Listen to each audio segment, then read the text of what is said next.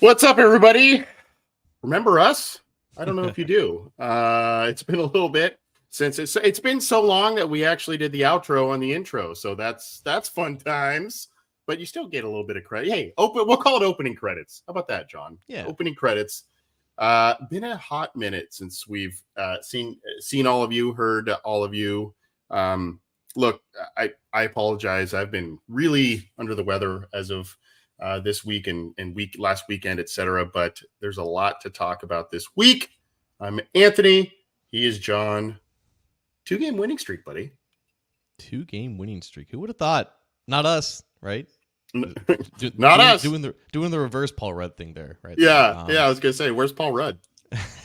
But it's been fun, not only just 2 wins, 2 34-point outings, right? So fun offense to watch, a better defensive performance in front of the home crowd, which is always nice.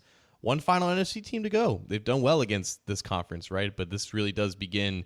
This last 4 games are going to be a pretty interesting, to say the least, stretch of games for what this offense is, who this quarterback is, and this might be the first big test for what this new look Bengals team looks like. New look Bengals team. And I was saying this, I mean, I guess we can kind of continue some of the conversations we had last week a little bit, because we were kind of like, hey, this is kind of new. We're kind of excited about the win. What's going to be coming ahead? And there's been more of a sample size, right? So now we can kind of look at things and say, okay, obviously there are some similarities to what Jake Browning and Joe Burrow ran with this offense. There are some differences as well, and a lot of things that point to the Bengals working towards Browning's strengths in the offense here. One of the things I pointed out, I was actually just recently talking to my brother about it, is one of the things you talked about an improved defense, right? The last couple of weeks, I think it's been about 58.5 on average, allowing 58.5 yards rushing on the ground. Prior to that, the Bengals were basically the worst rushing defense in the NFL in terms of yards allowed. I think part of that, and you, I would love to get your assessment on it, but I think part of that is, some of these drives, these methodical drives, these sustained drives on offense are allowing a little bit. It's not just 3 passes, zip right back out there, defense, and give us another stop, get us a turnover, that sort of thing. There's a little bit more of a rest. There's a little bit more of a let's gather ourselves, let's talk about things on the sideline. Whereas before, that wasn't always the case, particularly when Burrow had the calf injury earlier in the year. Yeah, there's a couple things working here. I mean, every defense is going to play better when they're playing ahead, right? So when the offense is in neutral, positive game scripts, they can do their own thing. They don't have to worry about playing from behind. They don't have to worry about opposing pass rushers pinning their ears back and getting after Jake Browning and everything. But the opposite is true for the Bengals defense. When they're playing with a lead, they can play more fresh. They can play more loose. And when they're getting off the field quicker, because they're not there are still some drives, the Colts had where, they drove down the field and everything. And that's just natural. That's just what the Bengals defense does. But for the most part, you're not seeing as many of those. You're not seeing as many dominant drives allowed by this defense. And that means less rotations. So you have less chances for the backups, the reserves on the defense line to get on the field. That's where you've typically seen a lot of gashes in the run game. This was by far their best performance in terms of just tackling. I think they were graded at like 88 by Pro Football Focus, only 3 missed tackles compared to 20 defensive stops, which are constituted as failures for the offense. It's a pretty good ratio to have, and it's going to lead to performances like we saw where they allowed fewer than 50 rushing yards. So their best performance to date. There are a lot of reasons why, but I remember when we talked, I think it was like before or after the Arizona game when they had another bad tackling performance. And it's just like, this is not something where we can just, describe very advanced ways to improve this. It's just a simple, they have to tackle better, right? And I think we're seeing that positive regression kind of happening right now over the past couple of weeks. Even against the Jags, when they gave up 31 points, they were still tackling at a better rate than we had seen them in previous weeks. And this goes back to, I think, after the Steelers game, Lou Inarumo was very honest, very animated about the lack of effort, the lack of just performance in that regard. They've been practicing more in terms of run fits and practice. I think they've been repping out like 30 extra a day. I think the results are showing now.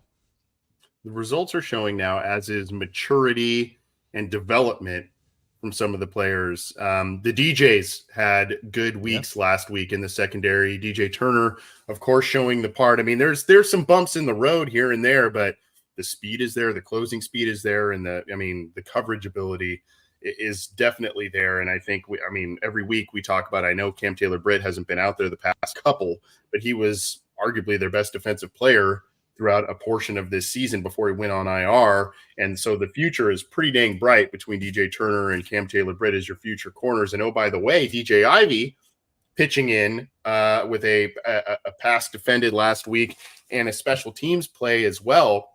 So it just kind of points a little bit to, there were some young players. There was some inexperience in some of these areas on defense. And now snaps, time, learning the NFL speed, all of that kind of stuff, I think is maybe clicking at the right time for some of these young guys.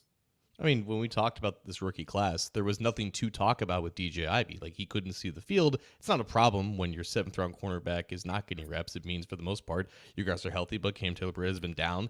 Chidobe Awuzie has been coming back. He's starting. He's looking like his old self, but there's still some type of rotation there. And I think now we're seeing, Mike Hilton, he's been playing safety throughout the year, and that leads to an opportunity for other cornerbacks. I think even Jordan Battle got a rep at cornerback in this game because Hilton was out at safety. But you still have that dynamic going on, and it led to, I think, the first extended action we saw out of DJ Ivey. And for a 7th-round pick, who, again, had an impressive offseason, impressive preseason, he's definitely earned this spot on this team. But if there was like a game that you could possibly have for only having like 14 snaps on defense and however many on special teams, and there was a performance that you could have that would command more playing time, he absolutely had it. He deflected the ball away from Alec Pierce on that kind of like a double move go route. Even when he lost inside leverage, he was still able to find the ball located with his 33, 34-inch arms. And, of course, one of the best special teams plays I've seen in a long time, especially from the Bengals, who have been kind of lackluster in that regard in the past couple of years. But to throw a Colts blocker into Isaiah McKenzie, out of all people, who had some comments about, as a former Bill, about the Bengals Bills in the playoffs. Right. So he muffed the punt, and he forced that muff, and then he recovered it. He fell on it. So what an outstanding limited performance we saw from DJ Ivey. If there's any way for him to get on the field more, like, he put it all on tape. It's the Chris Evans effect, right? The wow per snap is really high for DJ Ivey. Hey, props to Bruce Cox, who had a lot to say last week in our live show, but he said, I'm still recovering as a Colts fan. Hey, that brings us kind of to we asked this last week, fluke or trend, between the Bengals. Last week, there were a lot of questions because Lawrence left the game. You had just kind of some penalty stuff and all kinds of different things against the Jaguars. We go, well, maybe that was just one of those, hey, it just happened to kind of work out a little bit for the Bengals here. And then they follow it up with a 20-point win. Now, things got really crazy around halftime. Shortly before halftime, they saw a 14-0 lead evaporate, and the Colts ended up tying it up. But the Bengals shot out at halftime and never looked back. 4 sacks in this game, John. They're averaging 3 per game since Jake Browning has taken over as the starter. I mean, as we look at this again, we were kind of unsure last week, right? When we would address this question, we were like, well, there's stuff here that says, yeah, it's a fluke, but there's stuff here that says they're trending upward. And now we've got a 3 total game sample size, 2-game win streak sample size here. How much has your opinion changed, if at all, at this point, on if these Bengals are a fluke or a trend for the rest of the year? I think this week was still in that phase of defenses not really knowing what to expect, and I don't think you could find better evidence of that than, I think Frank Pollock was talking to Jay Morrison earlier this week, And players are coming up to Pollock and saying, the Colts players were trying to call out plays that they thought the Bengals were going to run, and it was complete opposite, and it was happening all game. Like, the Colts were just in a complete blender in terms of what to expect on the field. There still wasn't a lot of tape on this new look offense, but it undoubtedly works against, the opponents where, the defense is not that strong. The Colts, over the past several weeks, they had the benefit of the doubt, or they had the benefit of playing some pretty bad offenses, and I think that kind of inflated their numbers, but they just weren't really able to match up with this Bengals offense the way that they rolled it out. And part of that is because they're protecting the offensive line a lot better now, just because they're just putting them in fewer precarious situations. They're running the ball more effectively, just going under center more, and just getting the ball out of Jake Browning's hands quicker on these screen passes, on these short passes. It's just making everything flow a lot better. And I think because of everything and how vastly different it has been with the new quarterback, I think it's still leading to a lot of confusion for defenses, especially ones that just aren't, able to match up from a personnel standpoint. Like, DeForest Buckner is still one of the very best interior pass rushers in the game. He had one pressure in 26 reps because honestly, there just wasn't a ton of opportunities for him to get to Jake Browning. He just got the ball out so quickly, and there's a lot of misdirection, a lot of bootlegs and everything. So the way that the offense is still operating right now, it can definitely protect and enhance the offensive line better. When the offensive line plays this well, Jake Browning is gonna dice you up on those short passes, and even if he's not the most accurate down the field, like, those opportunities are going to open up because of the way the offense is going. So a lot of stuff here also about here it is, Brandon on Facebook. The reason we're having success is because we're no longer one dimensional, meaning pass first, pass happy, I assume is what he's referring to. And we are committing to the run game, setting up the play action game.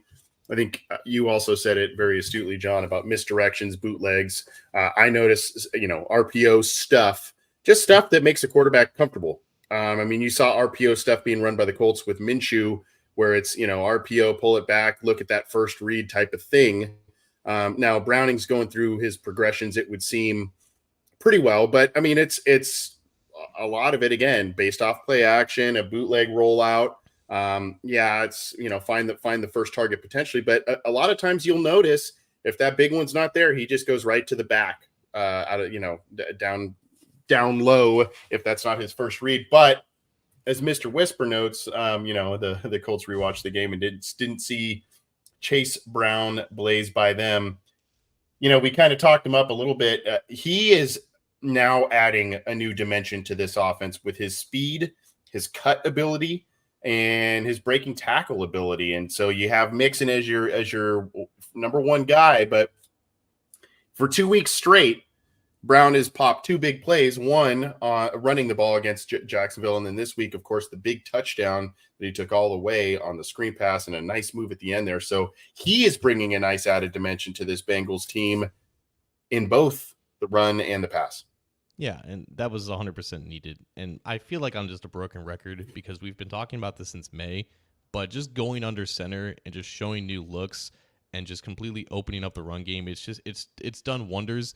And I swear to God, this was the plan from the beginning of the season, and they couldn't go under center with Burrow because of the calf injury. And that was still a process that they had to kind of institute because it's just not what he does normally. It may not be what he's most comfortable with, but if there's any proof that this just needs to be a permanent fixture portion of the offense, the past 2 weeks have definitely shown that. It just makes everything just more balanced and just overall better. And you can still keep the base of what Burrow does well eventually when he comes back. But Chase Brown, as soon as he was able to come back from the hamstring injury, it was at a point where they were just running Mixon into the dirt, and they were just doing the same 2 or 3 runs out of shotgun. It was just not working. Everyone could know what it was, and everyone knows it was just easy to defend and everything. And now you have this guy coming in with a whole bunch of speed and juice to him, and of course, when he just gets acres of land to glide 22 miles an hour through, yeah, it obviously does help. So it was a masterclass again from this Bengals coaching staff and their offensive architects to just craft up a lot of things that this offense does well right now. And again, when they have defenses that just aren't able to match up, it's going to look something like this. It may not always be 34 points, but they just took advantage. And the yin and yang to that is, it then creates a scenario wherein Joe Mixon's touches become more effective, right? Yep. even though he's splitting them, and maybe there's a little bit of a cut, the less predictable nature of what his carries are. The fact that the Bengals are having some success with Brown on certain play, it just makes when Mixon gets his touches that much more effective, and you're seeing just a nice balance between the two there. Mixon still getting the lion's share of the touches, but Brown still having his effect being felt in the offense. And like you said, balance. Look, I mean, I know we don't like to necessarily talk about a balanced offense as much with Joe Burrow. When you have Joe Burrow as your quarterback and healthy and, running this offense, we've seen what he can do when he distributes the ball, and they're a pass-first offense. I know. But with this now change to Jake Browning, balance is key. And, it's you're seeing a better output by the offensive line. You're seeing a better output in the run game, and you're seeing a better output and other guys contribute in this offense. Boyd's getting his catches here and there. And then, of course, Hudson getting his first career touchdown last week, right? Unfortunate play right before the half there where he kind of had the one hand and he almost like served it up to the other defender there on the pick six. Tough ball there. But regardless, he's getting his plays as well. And the ball's being distributed to a lot of different players. So credit to Zach Taylor all the way down, Brian Callahan, and all the way down to Jake Browning and the rest of the offense. They're clicking right now. And like you said, 30 plus points the last 2 weeks. You got to take that, and hopefully that the momentum continues. Now, what is intriguing here, John, coming up here is not only this week, but the rest of the schedule. We've talked about how, including last week, then the then 5 games remaining on the schedule, there are 4 backup quarterbacks. Now 4 games left, 3 backup quarterbacks, plus a Chiefs team that is, I don't know what's going on there. Yeah. I mean, we know they like to complain about the officiating, that's for sure. So other than that, I mean, there's a weird path. And then the Browns win games with, I mean, there's all kinds of weird things left with the teams on the schedule here. But the Bengals got to take it 1 week at a time, and they are trending towards a good direction here. But this is a big test. I mean, we just talked about fluke or trend. Before we took the air here, you used a nice term, litmus test, and I took that and ran with it, my friend, because I think that is the right term to use here, and not like, oh, litmus test. Are they, it's, I don't want to say this is going to make or break their playoff chances, because weird things can happen if they do lose, with other teams going on here. But I mean, this is kind of one of those teams where you go, okay, this is maybe they're on their 3rd starting quarterback of the year. They're still a tough team. They're winning games and finding ways to win with backup quarterbacks. This is a home game. You feel like there's a lot of elements where you say Bengals should win this game, but this is also very tough. And these are the types of teams that are going to be in the playoff bracket should the Bengals sneak in. Yeah, reason why Bengals should win this game. Nick Mullins is playing, right? No one knows who Nick Mullins is right now. Like, he was like the poster child for, Kyle Shanahan can get 8 yards per attempt out of any quarterback, right? Because he was just he wasn't lighting the world on fire, but he was doing better than people thought Nick Mullins was going to do in his first couple of years as a starting quarterback. But he's been a backup now for 4 or 5 years. He's been with Minnesota for the past couple of years. He's got some playing time here and there, I think, when they had minor injuries. But he was supposed to be the backup, and then he was hurt. Then they have Josh Dobbs and that whole story, and Dobbs kind of went down in flames in the past couple of weeks. Now he's back, so no one knows who Nick Mullins is. We have an idea who he was in San Francisco. That's an obvious advantage, especially for Bengals defense that's catching its stride. And also, there's injuries that the Vikings are dealing with. They don't have the right tackle. They don't have the running back for this game. So there's going to be opportune matchups, and maybe more of the onus is going to be placed on Nick Mullins. The problem, the opposite side of that, the Vikings arguably have the best defense in the NFL since week 6. They are number 1 in points per drive. They're number 1 in red zone percentage. They're 4th in yards per drive. They're 2nd in blitz percentage. All those numbers are per Paul Dehner Jr. of The Athletic. They're like top 5 or top 2 in terms of DVOA throughout the entire season. They are an aggressive defense, and Browning said it himself in his weekly presser. It's the exact opposite defense compared to the Indianapolis Colts. And somehow the Vikings are also still really frequent in terms of dropping 8. So they do a lot of things. Brian Flores has never been known to be passive. He's always been an aggressive play caller as a defensive coordinator. I think there might be still some history between him and Zach Taylor based off of that kerfuffle that happened in Miami a few years ago. But Flores, like his identity is pretty consistent. They have Daniel Hunter coming off the edge. They just play fast. They play aggressive. And this is the part where if the Bengals end up in a deficit, now that requires the Vikings to score. They only scored 3 points last week, right? So this could just be like God, that game. Oh a God. stalemate, a very ugly stalemate again. But if the Bengals do God. find themselves in a situation where they are in negative game script, and you have Jake Browning dropping back in true drop back situations against a defense that's going to pin its ears back, and it's going to be gotta have it points or gotta have it drives. This is where the litmus test comes in, because it's been all fun and games playing with the lead, playing in neutral situations where you can lean on the run, where the defense doesn't really know that you're going to pass or not. If Jake Browning finds himself in those situations, I don't think anyone really knows what's going to happen, because we kind of saw it against Pittsburgh, but again, that was a whole different offense. How this new offense does in those potential scenarios where it's like everyone knows it's going to be a pass. It's going to be like, it could be like a 10-play drive where it's going to be 9 passes in all true dropback situations where you can't hide them under play action. I don't know, but this defense is going to be gunning for him. This is why I like the litmus test phrasing.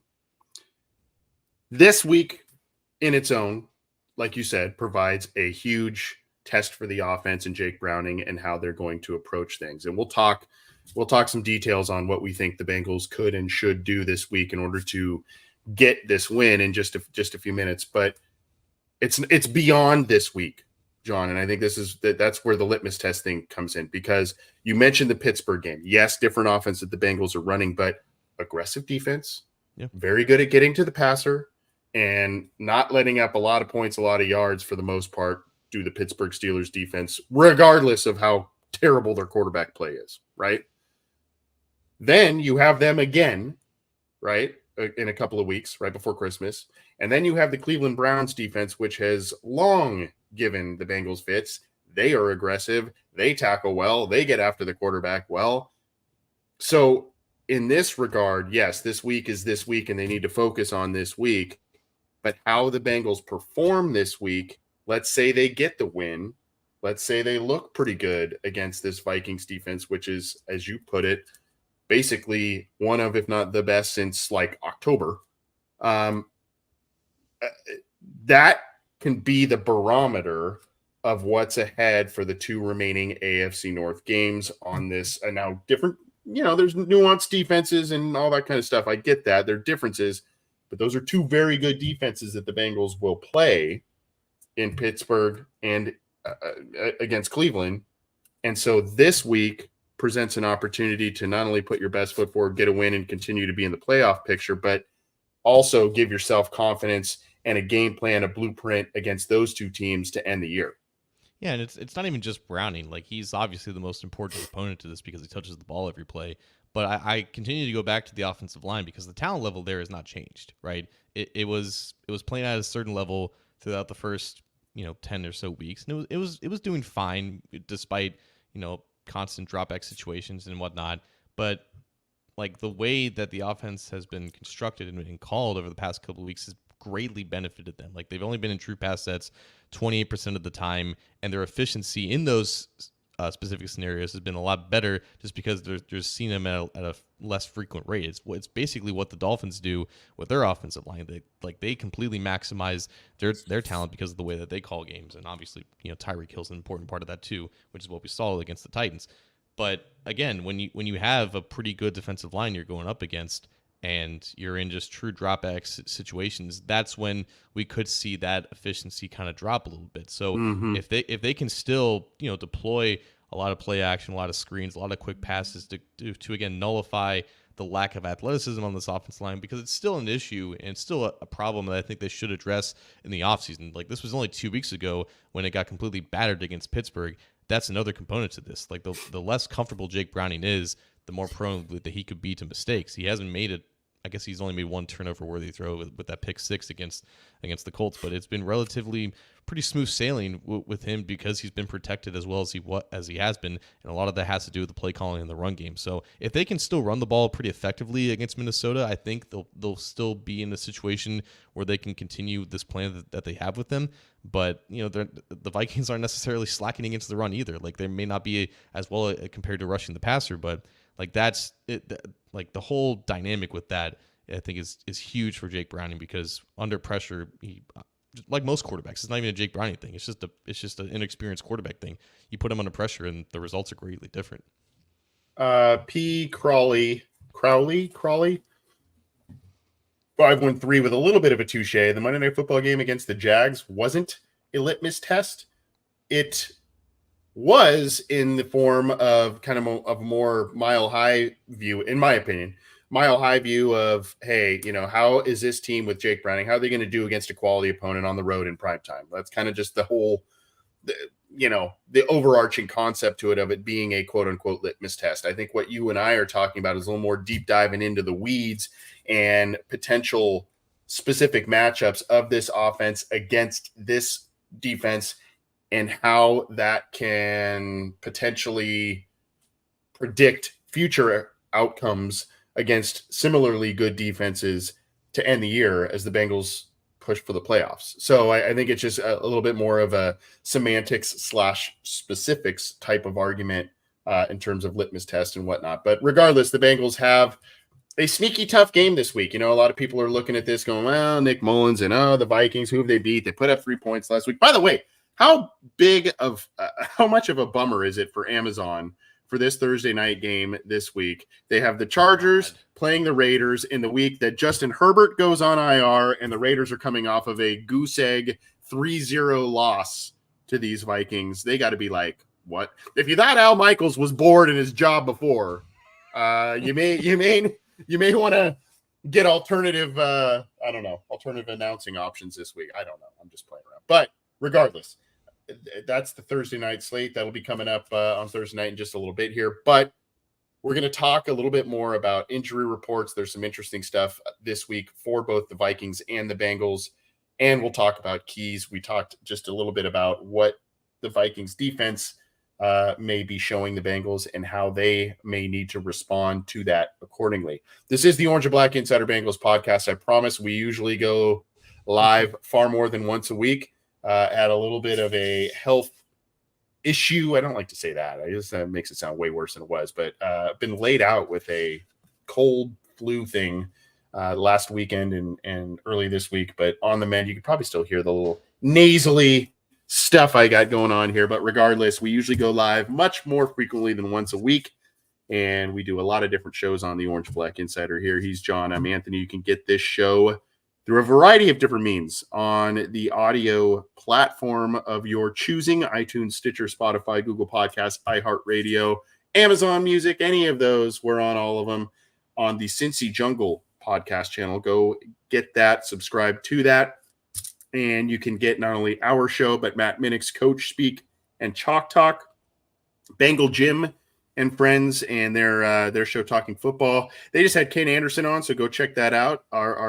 Our friend as well. We like to kind of claim him as our own here a little bit. He's been on our show a handful of times. So Ken Anderson on the show there, who actually had a really cool story recently, John, where he met a World War II hero, and that gentleman wanted to meet a Bengals legend, and Ken Anderson was able to do that. So very cool story with that. He talks about that and other things on Bengal Jim's most recent episode. So go check that out, as well as 3 and Out from Jason and Kevin. They just did a fun episode as well, interviewing the Bengal Boys, the musical sensation that is the Bengal Boys. They do a great job on all the parody songs centering around the Cincinnati Bengals. So all that stuff is on the Cincy Jungle podcast channel. Go get that. And if you like the video side of things, you got to give a thumbs up to the Cincy Jungle Facebook page, about 85,000 strong there. Our YouTube channel can be found underneath John Sheeran by that Cincy Jungle icon, the show icon. Click that to subscribe. Click the bell to be notified when we go live, when new content is available, and give us a thumbs up if you like what we're doing on the show. Appreciate it. Thank you for letting me do our shameless self-promotion of the program. Let's go to the preview and the game keys. John, there were two very big stars have been prominently featured on the injury report this week, and both are good friends from their days at LSU, and both are wide receivers for the each respective team. So Jamar Chase has a heel issue, I think. This is an ankle, I think. Ankle, that's right. And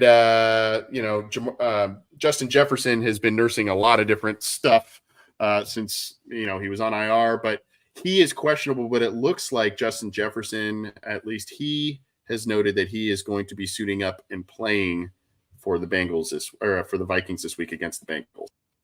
Man, it was because that hamstring injury for Jefferson knocked him out like what 7 weeks or so. He had like 600 receiving yards through 5 weeks. Like he's still like third on the Vikings in receiving yards.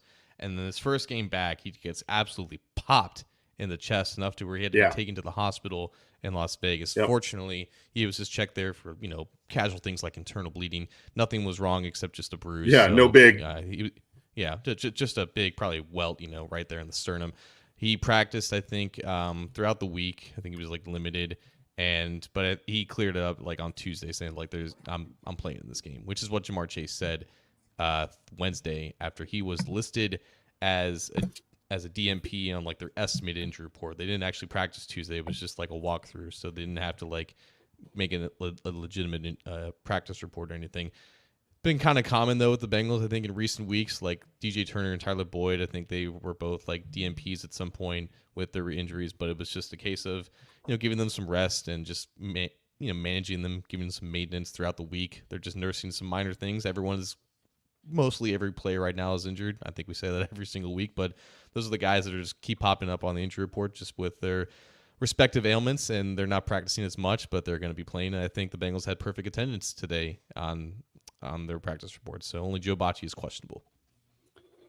Yeah, Browning the right forearm. That was I believe the same injury that he left the game briefly with last week, where he kind of had some tightness or that sort of thing. That was kind of an odd deal. And obviously, when you saw him go to the sideline and into the locker room, you're like, what really? But yeah, Madison looking like he is not going to play this week. And obviously you talked about, managing some things and kind of being overly cautious. Shorter week, 6 day week here. So they're just, kind of being overly cautious about some stuff. Brian O'Neill, I don't know his status as of, going into the weekend here. It looks like, again, Jalen Naylor, he's did not practice for a couple of days this week with the concussion. And then, we talked about Jefferson.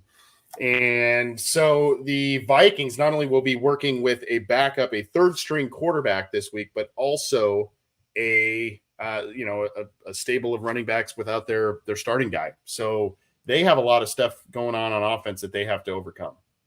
Yeah, I have the updated injury report I'm looking for the Vikings. So O'Neal is out, and he's been their starting right tackle for I think the past couple of years now. They have a really good tandem of tackles. Christian Darrisaw versus Trey Hendrickson is going to be a phenomenal matchup to watch on the other side. Yeah, so they're going to have a backup right tackle, which is pretty good news for Sam Hubbard. But yeah, Madison is out. Ty Chandler, I think, is going to be next man up. He's averaging a little bit more in terms of efficiency. He's more of a breakaway type of guy, so he's got a little more speed to him, but he's not as experienced as Madison than anything else. So, but obviously the big thing is Jefferson.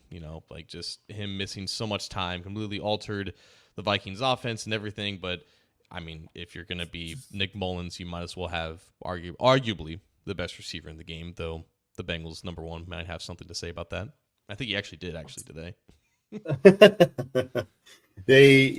Yeah, there's a little bit of a friendly competition there, to say the very least. But we talked about this here, and immediately when you started talking about the Vikings defense, John, I started thinking about, okay, well, what have the Bengals done well? What aggressive defense from the Minnesota Vikings that they'll be facing this week? And I'm thinking, as the Bengals have logged the most carries that they have had as a team the past couple of weeks, I'm looking that direction again, potentially, but I'm looking, again, draws, delays to kind of work against that hyper aggression from the Minnesota Vikings defense. And then, of course, potential screens and probably getting the ball out quickly to Ja'Marr Chase, getting him his targets and letting him do his thing potentially in space. And then, of course, if there is, single high coverage, etc., then potentially pop a big one to Chase that way. But From the run game, I'm specifically thinking of delays and draws, that sort of thing, to kind of potentially keep that Vikings defense on its heels. Yeah, like their under center usage, I think, is going to be something to monitor because it's obviously a comfort zone for Jake, and it obviously boosts the run game, and you can build play action off of that as well. It's just a way to kind of nullify the pass rush in general, and they've just built so many just design screens and short passes off of it. So they should stick to that more. I'm curious if the game goes a certain way, if they're going to go more into shotgun, which I don't think would do the offensive line of Browning a lot of good news with that. But yeah, like you said, I don't think the Vikings are going to change what they do as defense. I think it's only going to amplify their identity in terms of just disguising blitzes and trying to get into Browning's face. His time to throw in this game is probably going to be sub 2.5 seconds easily. It was like 2.3 against the Jags when a lot of the beginning of that was just him immediately getting the ball out. So I think that's going to be what the game plan is centered around. Like they're not going to allow. They're not going to put Jake Browning back in the pocket for more than 3 seconds. And if they do, it's going to be in some pretty desperate situations. I also wonder, well, I mean, I know the talk's going to center around Jefferson and Chase. I also wonder, for a variety of reasons, if this is going to be a T. Higgins game, a game that he features prominently. He had a rough one last week, almost had a very AJ Green-esque type of moment with AJ McCarron in the corner of the end zone there, but called for offensive pass interference and also had 2 drops, very uncharacteristic there. But, I'd like to see him have a bounce back game, and he might be kind of the short intermediate area comfort zone type passing option for Jake Browning that could be key for this offense this week too. Yeah, you want to talk about the one missed touchdown? I think he could have had 2. He was wide open down the field, and Browning it was a very inaccurate pass. Yeah, he put it over the other shoulder to the side. It was so funny though because it was obviously a big gain, and the whole crowd's going nuts. The camera immediately panned to Browning. He's just like, "God damn it! I knew I missed that one." That's true. It was funny. No, but it's interesting how obviously Chase went off against the Jags, and Browning's first good start, and then Higgins, I guess, was the leading receiver, and Hudson has kind of been Tanner Hudson has kind of just find himself in the middle. So it's kind of almost been like it's the same distribution, or it's the same variation in terms of like when Joe Burrow's out there. Like one guy could have a big week, the next week it could be another player, and it's arguably just has to do with matchups. So I don't think the Vikings necessarily have a cornerback that can shut down Jamar Chase for the entire game. It's going to be about if the quarterback is going to be in clean pockets, get him the ball. I think their safety duo is honestly better than the cornerbacks. Harrison Smith has been playing at such a high level for like a decade, and Bynum is their other safety, and he's playing pretty well. Ivan Pace coming back home to Cincinnati. He had, I think, the best game of any defensive player this past week, so he's playing with his hair on fire, rightfully so. He shouldn't have been undrafted in the first place. There's just a lot of guys on the Vikings defense that can make a lot of plays. That is true. But the Bengals have a lot of guys of their own. And again, I think still as we look at this, the Bengals right now per DraftKings are, they've been hovering between a 2 and 3 point favorite. And this is hard for me because a couple of weeks ago, I'm like, oh, they're going to get their asses kicked against Jacksonville, right? I mean, basically, you just felt like it. And then last week, you're like, well, maybe, but probably Colts, barely. And then they win by 3 touchdowns, basically. And so now you're like, okay, well, what do we make of this? Because these are 2 teams that have identical records. These are 2 teams that have backup quarterbacks. These are 2 teams that have kind of some similar parallels, some differences as well. But, it is on Cincinnati's home turf there. So that plays into their hands. And, of course, Zach Taylor giving the fans a rally cry this week saying, hey, bring your noise A game. I think it was a little on the quieter side last week, right? I mean, it was a little more tame. I think also the proximity to Indianapolis, there were some more Colts fans than maybe, usually are there. And of course, no Burrow. I mean, maybe some people were kind of expecting, who knows what's going on here. But regardless, Taylor had a rally cry for the fans and maybe said, hey, get another Rheingeist or something in you before you you get into the stadium there. So I don't know, man. What your thoughts on if the Bengals can achieve this win? And I mean, we talked a little bit about what they need to do. Obviously, offensive line play paramount, the running game, and doing some specific things in that regard. And then I think overall too, man, just you got to keep limiting the errors. And thankfully, even with a backup quarterback, the errors have been very, very limited. I mean, there have been some penalties and stuff, but knock on wood, the turnovers have been held in check. They've created a couple. They've been able to rush the passer. And last week, 0 sacks against the team allowed against the team that had the second most in the entire NFL coming into that week. So, I mean, it's just, limiting the errors. But overall, I mean, how you feeling about this one? And what do you see happening?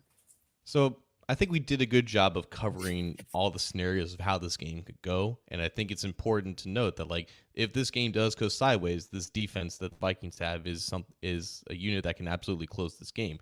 The problem, though, for them, it's still no one knows who Nick Mullins is at this point. No one knows if he's able to come in there and put up points against this Bengals defense. The name we haven't really talked about, TJ Hawkinson. Like, he's their leading receiver. He's legitimately one of the best tight ends in the league.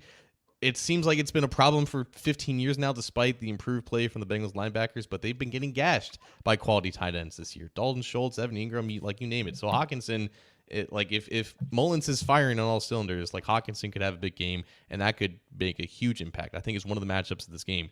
But I'm gonna say that the Bengals have the advantage of quarterback this week. I'm not ready to say that Nick Mullins is gonna dice up the Bengals just because he's the backup quarterback, and that's a narrative. So I do think there's going to be a better atmosphere. We're both wearing. I mean, I'm wearing black. I think you're wearing like navy, but you're wearing a dark It's like a blue, right? dark blue. Yeah. Yeah. So it's going to be. I think Bengal Jim and a bunch of other fans are calling for like a self-imposed blackout for the crowd. We've had a whiteout. They've had Stripe the Jungle.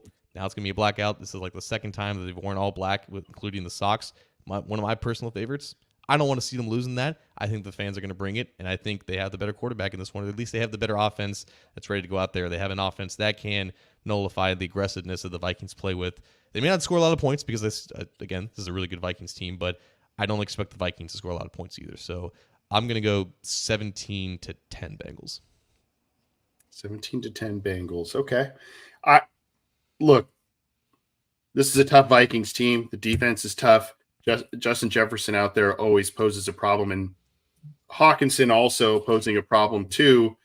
Side note on that, man, this would be and I don't know, I think he went to Tampa Bay, but I don't know what he's doing or what he has or hasn't been doing, but this is kind of where you miss that Trey Flowers player, potentially. That tight end specialist that was Trey Flowers, who was effective, particularly in 21 in that role. Late in 21 when they picked him up, and then continued that last year a little bit, but they moved on from him, and they kind of feel like the athleticism they have between a number of players can potentially pick up that slack.